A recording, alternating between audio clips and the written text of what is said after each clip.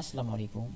Welcome to the fresh new tutorial and CREO parametric sheet metal. In this tutorial, what I'm going to show you about something basic, and that is about extrude and planer. So basically both of these commands are used to create the first wall. And what's the difference in between them? So let me clear it right now. But before any delay in video, if you are new to my channel, so please don't forget to subscribe my channel. Okay, so both of extrude and planer works the same, but what's the difference? Whenever you're going to use the extrude and whenever you're going to use the planer, what's the difference? Let me clear it right now. Once I click on extrude, choose a proper plane, make it normal. This time I'm going to draw a circle and just confirm it.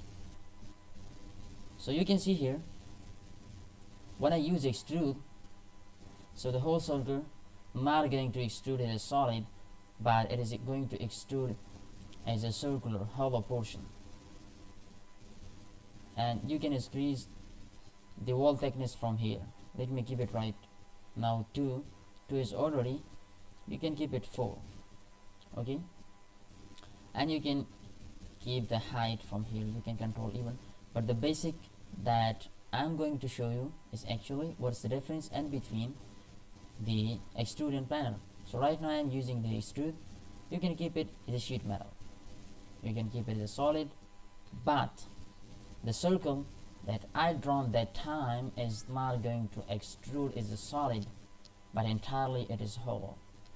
So hopefully you got the point. Can you see?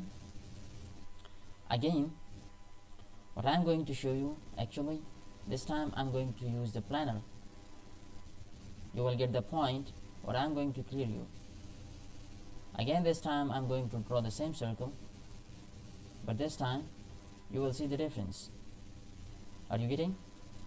This time the circle is extruded as a solid surface rather than to extrude just the walls and then you have to give the wall thickness.